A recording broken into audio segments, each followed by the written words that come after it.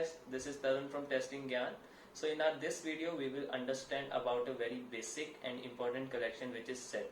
We will see what is the definition of set and then we will understand the various implementation of set. So let us start.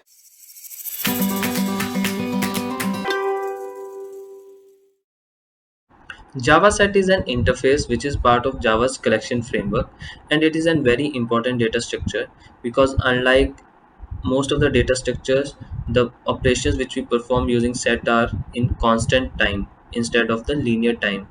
And if we look at the definition of set, it is similar to mathematical set, that is elements are stored in any order without any repetition. That is, we can't have any duplicates in set, and the order of elements can be anything. So let us see by taking an example what I meant by that. So if I create a set here, this I will specify the type of elements this set is going to store. So I'm saying integer. Okay, then my set name. A set is an interface. We can't write like set1 is equal to new set, right? So this set interface is being implemented using different classes in Java. So let us see one of the class, which is HashSet. So it is one of the implementation of set interface. We will discuss other implementation as well after this. Okay, so I have created a set. Now let me add some elements. In order to add elements, there's a method called add. Okay, so I will just keep on adding any random data here, any random integer values. 20.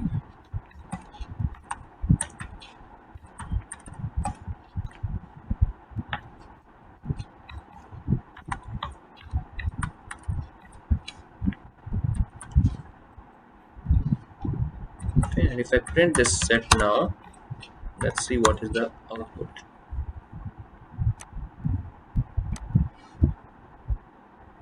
So you can see like I have added elements as 10, 22, 45, but when I print this set, the order is like 2, 20, 10, 45.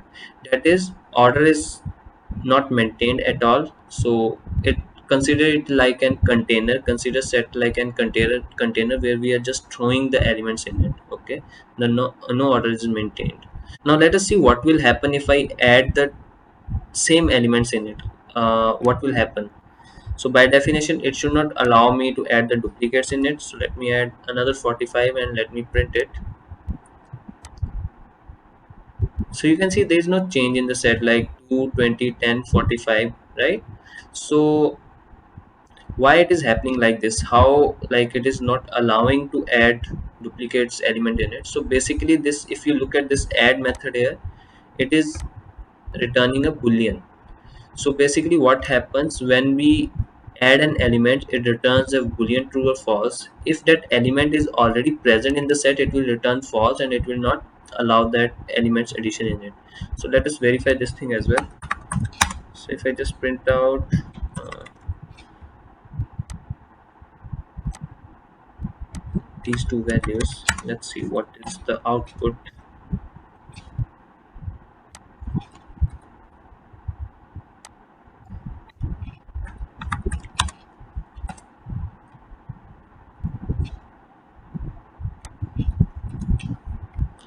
Let me run it again. So you can see the first time when I tried to add 45, the add method returned true. That is, there was no 45 in it, it returned true and it got added in the set. But the next time when I tried to do the same, it returned false and it didn't add it in the set. So this is a basic definition of set, that is, there can be any order and elements are not repeated. Now let us see the different implementations of set. So one of the implementation which is there is hash set. Okay, so HashSet internally uses hash map concepts in order to add the elements in set. Okay, where like in hash map we have key and value pair, where for each key we are having different values in it. Okay, so here what happens internally, like when we add an element in set, that element is being added as key in hash map and there is some constant value assigned against it. Okay, so if we go and see here, let me go to hash set here, you can see it is internally mapping hash map. Okay, and if we go and look at the add method here, okay, So you can see it is map.put, it is returning a boolean first, right? Then map.put e is the element which we are passing, okay, and against it a constant value present is being added, okay. So basically what happens when we do map.put e, if it is equal to null, then that element will be added. But if it is not equal to null, that is that element is already there, then in that case that element will not be added. So this is how internally elements are being added. And there's one more concept which is related to hash maps, which we will discuss more about that one in hash maps video. But just to understand more like how these elements are being added, okay, uh, basically there's an hash function, okay. So that the specialty of that hash function is like when we give some input to it, it gives us some output. And if our input is same, our output is always going to be same. That is, if I'm putting 2 in the hash function, I will get some long value, okay, based on which that element will be stored in some memory location, okay. So if I again enter 2, I'm going to get the same long value. It is not like I'm going to get different value. So if I enter 2 again, what will happen, same long value, it will go to the same memory location and it will check 2 is already there, it will not add it in the hash set again. So this is how internally it works by using the hash map, okay. Now let us see the other implementations as well, okay. So for that I have already created few lines of code, so let us see, just to make the task easy. The first implementation is HashSet, where we are adding the elements, and the second implementation is the linked HashSet. So linked HashSet is similar to HashSet only. The only thing, it is using the doubly linked list in the backend to maintain the order in which we are adding the elements.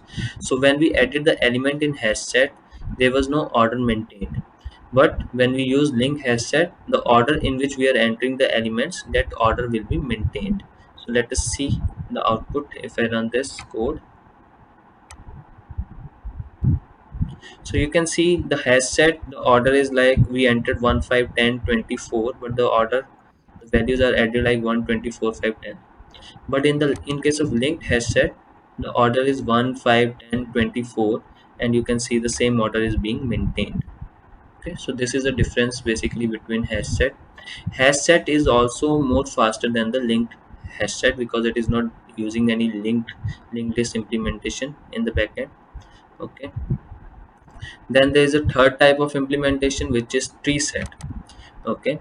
So TreeSet is like it maintains the sorting order. For example, here you can see I added the elements like 10 1 5 30, but when we printed it out, when we printed out the TreeSet which we created, it is having 1 5 10 30. It maintained the sorting order behind it. So this is the difference between TreeSet and the other sets, okay. And HashSet is way faster than TreeSet, and linked HashSet somewhere falls in between these two sets. Then there's a, so these three are basically your general implementations of the set interface.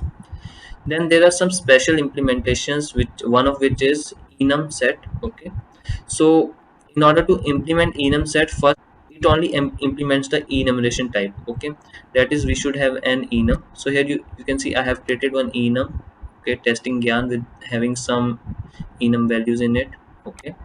And then I implemented this set using this enum set, like enum set dot off, enum set dot off testing Gyan, which is the name of my enum. Then I'm adding these value in my enum set.